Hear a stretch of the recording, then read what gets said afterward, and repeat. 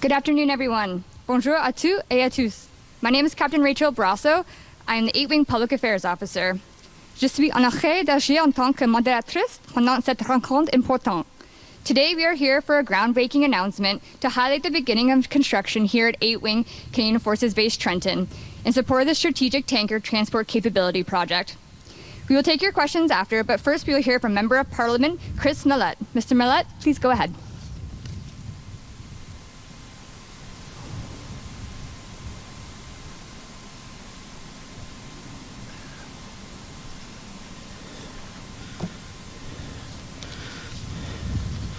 Good afternoon, everyone. Bonjour, tout le monde. I'd like to begin by acknowledging that the Canadian Forces Base Trenton is situated on the traditional territory of the Anishinaabe, Huron-Wendat, Haudenosaunee, and the Mohawks of the Bay of Quinte First Nation. We honor and thank all generations of Indigenous peoples who have cared for and stewarded these lands since time immemorial. I'm glad to be here with you all today, having had a long working relationship at 8-Wing, both as a journalist and having flown with many of the squadrons and personnel here, as well as a 4-year stint as a commissioner on retirement. I have a deep appreciation for our service members and the work they do defending Canada and our way of life. That includes the thousands of CAF members who call this base home. This base has served as a critical hub for the Royal Canadian Air Force since before the Second World War. Most members of the Canadian Armed Forces deploying on operations come through CFB Trenton. Royal Canadian Air Force members stationed here do critical work like transporting personnel, food, and aid to communities at home, as far north as Alert, and to those of our partners and allies abroad. But CFB Trenton is more than a military base. It's an integral part of this community. The base partners with local charities and food banks, is involved with community cleanups, youth initiatives like cadets, summer camps, many other activities. This base is a prime example of the Canadian Armed Forces' dedication to the communities it serves. And it will continue to be a source of pride into the future. We see this same dedication across the country and wherever members of the CAF deploy. As global tensions continue rising, it is critical that the members of our military have the right tools to support those efforts. This is why the Government of Canada is making generational investments in new equipment and infrastructure for our military, including right here at CFB Trenton. On that note, I'm pleased to introduce Minister David McGuinty, Minister of National Defence, who will share more details about how today's groundbreaking will benefit the RCAF and Canada's defence. Thank you. Merci.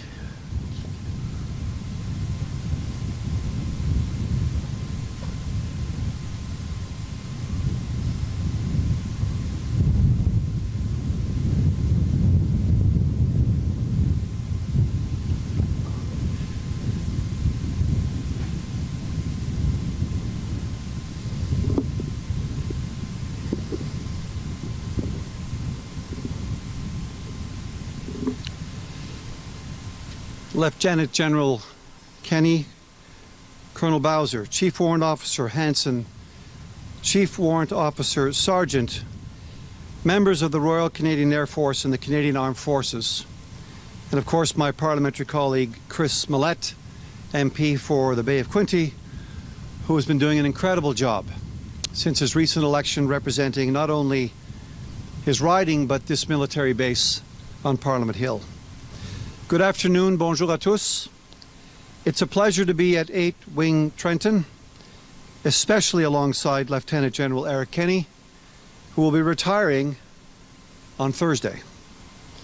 Lieutenant General Kenny, you have guided the Royal Canadian Air Force through a volatile world, ensuring the RCAF has the modern capabilities it needs to respond to emerging threats. Your efforts have kept Canadians safe and have left the RCAF in a stronger standing. It has been a privilege to work with you and see your dedication to defending Canada. Thank you for your service and a special thanks to your wife and to your family. For nearly a century, CFB Trenton has played a central role in Canada's defence and global operations, not to be underestimated. CAF members deploying abroad pass through Trenton. RCAF personnel stationed here deliver people, aid and supplies from Canada's Arctic to operations around the world. The search and rescue technicians based here cover over 1 million square kilometers of unforgiving terrain. They operate in extreme conditions, often with little notice. Just this spring, members of 8 Wings supported wildfire evacuations under Operation Lentus, and internationally they've helped deliver supplies bound for Ukraine. Having just returned from Latvia, their contributions, I can assure you, are invaluable. This is demanding, vital work, and it's done with professionalism and with pride. So to the uniformed members here today, each and every one of you, thank you. Your service is deeply appreciated. Canadians are aware of the service and the sacrifice that you make, and they know that these are never individual pursuits. They take the unwavering support from loved ones. Your spouses, partners, and loved ones all deserve to be recognized. They make sacrifices to support your service.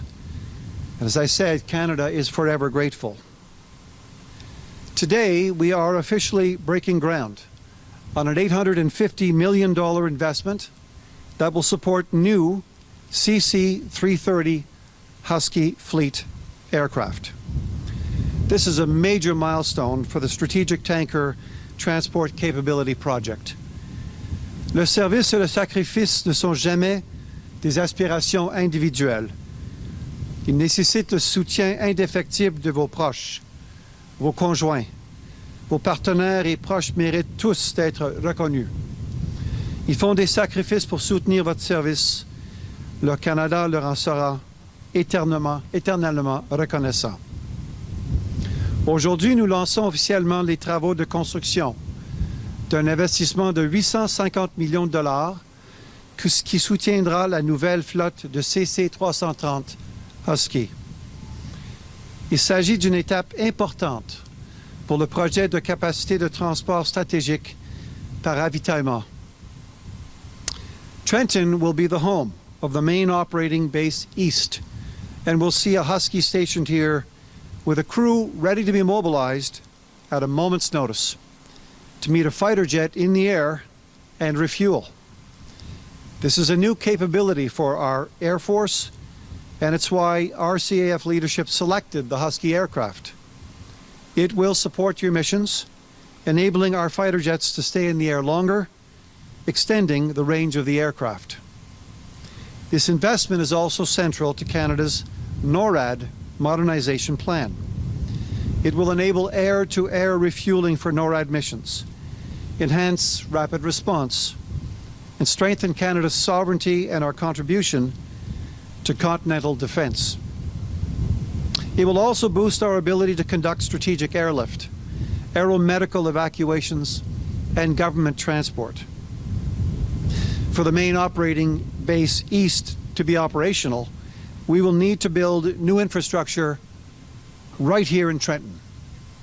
And that's why we're here today, to operationalize a promise, to deliver on something we said we would do. Today's groundbreaking is the start of the construction on a new hangar, on resurfaced runways and taxiways, on an extended ramp, on a fuel depot, and on a dedicated set of training facilities. And all facilities in this project will be net zero ready or net zero carbon. This isn't just an investment in new capabilities. It's an investment in Canadian jobs and workers. And as the Prime Minister and your government has been clear about since the beginning of our discussion about the future of Canada's defence, We are also all about industrial benefits. The project, which is expected to be complete in 2033, will create up to 1,000 jobs in the Trenton and Belleville area. Il ne s'agit pas seulement d'un investissement dans de nouvelles capacités, mais d'un investissement dans les emplois et les travailleurs canadiens. Le projet, dont l'achèvement est prévu pour 2033, créera jusqu'à 1 000 emplois dans la région de Trenton et de Belleville. All this work is important because the Husky fleet is coming together fast, with the first two of 9 aircraft already in service. With an investment of $3.6 billion into these 9 Husky aircrafts, they will replace the CC-150 Polaris as Canada's next generation strategic tanker. The Husky fleet will operate alongside the CC-177 Globemaster III, the CC-130J Hercules, and the CC-144 Challenger to complement the RCAF's broader air mobility capability. And once modified to their multi-role tanker transport configuration, these aircraft will support Canada's future fighter fleet, enable longer deployments, strengthen our global humanitarian and our military reach. Today's groundbreaking falls on the heels of the largest single investment into Canadian defense and the Canadian Armed Forces in the last 70 years.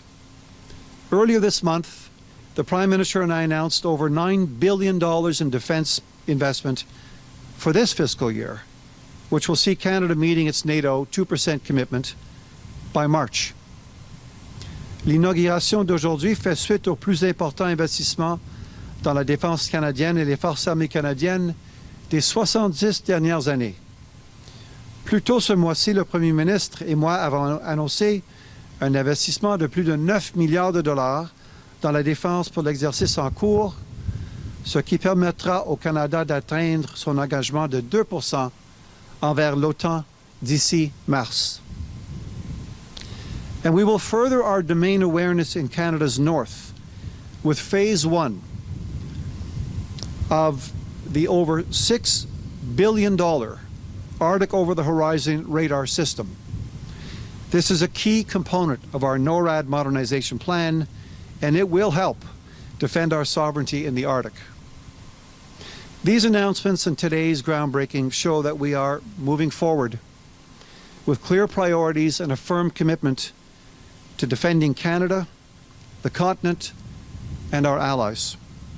Ces annonces et la cérémonie d'inauguration d'aujourd'hui montrent que nous allons de l'avant avec des priorités claires et un engagement ferme à défendre le Canada, le continent et nos alliés. To everyone who's helped bring us to this point, Canadian Armed Forces members, civilian staff, Defence Construction Canada, local contractors, consultants, Airbus Defence and Space, the Municipality of Quinte West, and this entire community, thank you. Thank you for coming together, and thank you for pulling together. And to those of you who will carry this national project through in the years ahead, both here and at Main Operating Base West in Edmonton, thank you in advance. The Royal Canadian Air Force and Canada will be stronger because of what we're starting here today. It's now up to all of us to complete it. Merci beaucoup. Thank you very much.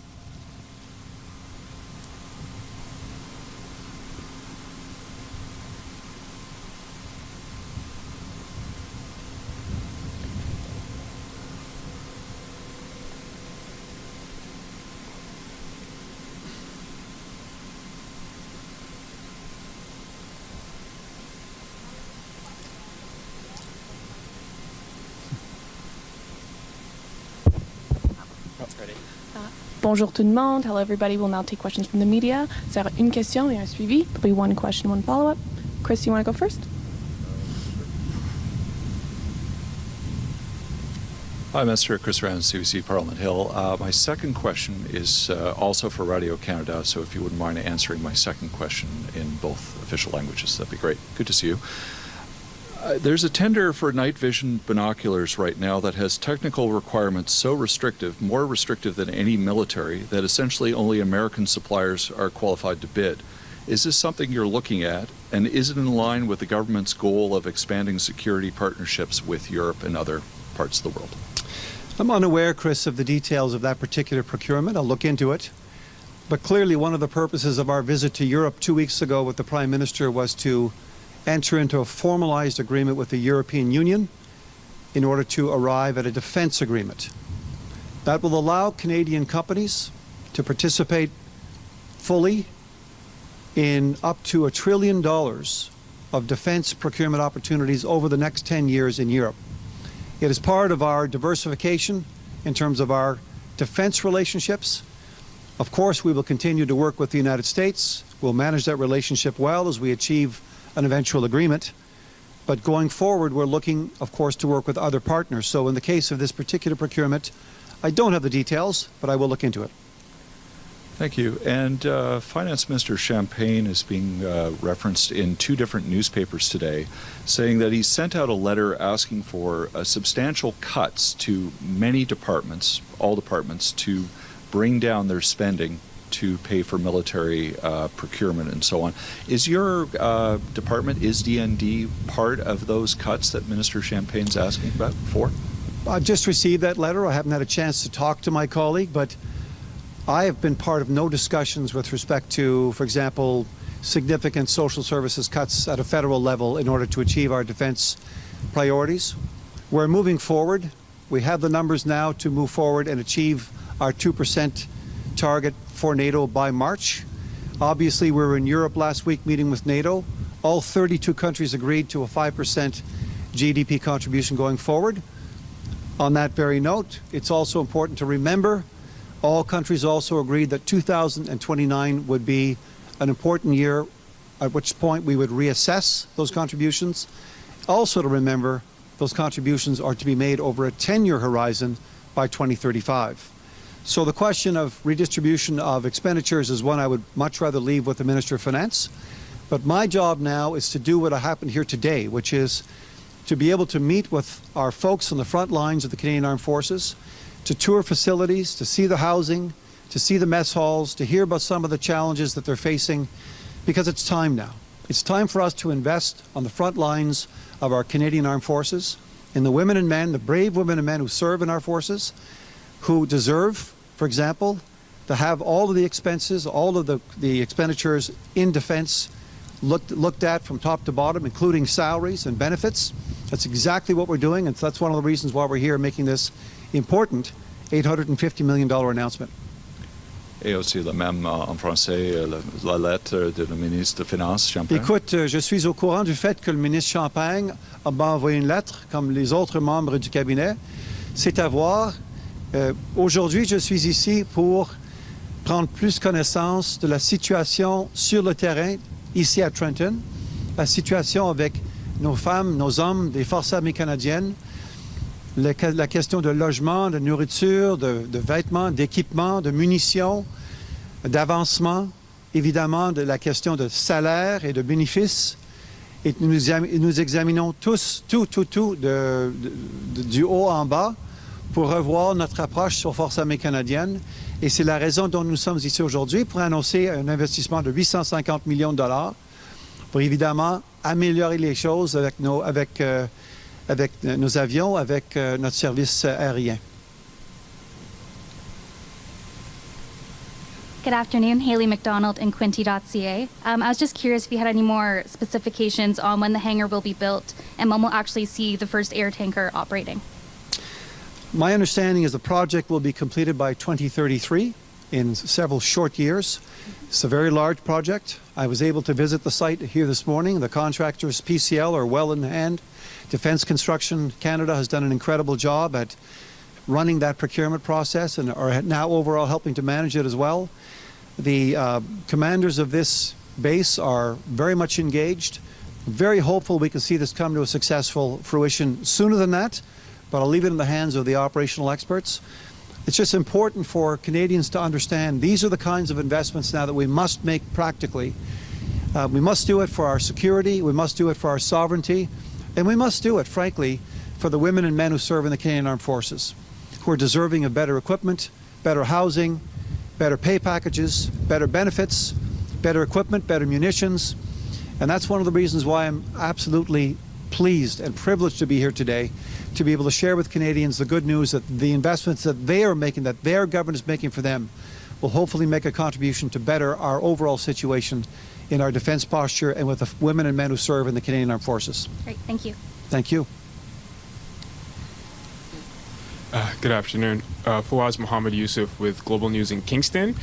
So I just wanted to, the investment, $850 million on a hangar and billions on the aircraft, these aren't the kinds of investments that are made on a whim. So if we could just talk a little bit about what led the government to invest, to make this massive investment, the biggest in 70 years, as you said, yes. A number of factors. First of all, the women and men of the Canadian Armed Forces, the professionals who understand what the situation is in Canada. Their operational expertise has led us to conclude that it is time now for us to seriously reinvest in our Canadian Armed Forces, reinvest in the women and men of the Canadian Armed Forces, reinvest in recruitment and retention. Of course, the other big factor is that the threat landscape has changed. Having just come back from Europe, having just come back from Latvia, having been briefed extensively on the situation in different geopolitical regions, looking at the situation with the Russian-Ukrainian war, looking at the situation in the Indo-Pacific, looking at the situation in the Middle East, Canada's overall defense posture has got to be improved. We're 41.5 million persons strong in this country, and we need to ensure that our Canadian Armed Forces are up to speed. We have the talent, we have the dedication, we have the women and the men. Now we need the equipment. Now we need to make sure that these kinds of investments will be rolled out across the country to allow these incredibly dedicated people who act on behalf of Canadians to do their jobs well. Thank you. And then why was Trenton, why was CFB Trenton chosen as the location for the base? Well, today's announcement was chosen on the basis that this was ready to make. There will be many other announcements that will be forthcoming in the next several weeks, rolled out through the fall and beyond over the next couple of years, frankly. But this was a good and timely moment to share with Canadians the importance of investing in this particular base for the reasons I enunciated. The types of planes, the purpose of the planes, and the industrial benefits, the jobs this will create right here in this region, we hope to replicate around the country. It's about not only doing good for our Canadian forces and for the safety and security of Canadians, but it's also about doing well in terms of jobs and the economy. That's exactly why today we think was a good, opportune moment to showcase $850 million, which will also, of course, make it safer for Canada under the incredible, talented folks who lead the Royal Canadian Air Force. Thank you. Thank you. Good afternoon, Minister. Tim Durkin with Quinte News and CJBQ. You've had an opportunity to talk with the top brass here at the base and with some of the contractors. Can you share with us some of the work that's currently ongoing as part of this 8-year, $850 million project? Yeah, I think it's fair to say what's going to happen now is the project is going to take on a couple of specific elements. The first it will do is it'll resurface the runway. And one of the reasons we don't have the particular plane I'm talking about immediately behind me is because the runway is not capable of handling it at this stage. We will give this base the runway it deserves and it needs. It will, of course, modernize the aprons and the taxiways. It will prepare for the construction of a state-of-the-art 2-bay hangar to be able to service these aircraft. It will provide a 7,000-liter, I understand, fuel depot, larger and more centralized. It will also put up a number of training facilities for the folks who are flying and operating these aircraft. These are the kinds of overall activities that will help consolidate Trenton as an important hub, one of the 2 most important hubs in the country when it comes to the Air Force. And the follow-up, can you give us a guesstimation or your best early estimates on when the first of the Huskies may be relocated to Trenton and may start arriving? That's a question I'd rather leave to the head of the Air Force, the chief. They're better placed operationally to let you know. Maybe you can ask them more directly. I'm hoping as soon as possible. We're moving quickly. We're moving responsibly. We're making the investments that we are, frankly, that these need to be made. It's time, and it's time for us to move expeditiously, responsibly, and that's exactly what we're doing. And I think today showcases what can happen when we come together as a people, as a country, contractors and municipalities, the Canadian Armed Forces, its leadership, front-end folks. All together now, we're moving very quickly on an important next step for Canada's security and sovereignty. Thank you, Minister. Thank you. Merci tout le monde. That concludes our press conference. Thanks, everyone. Merci beaucoup.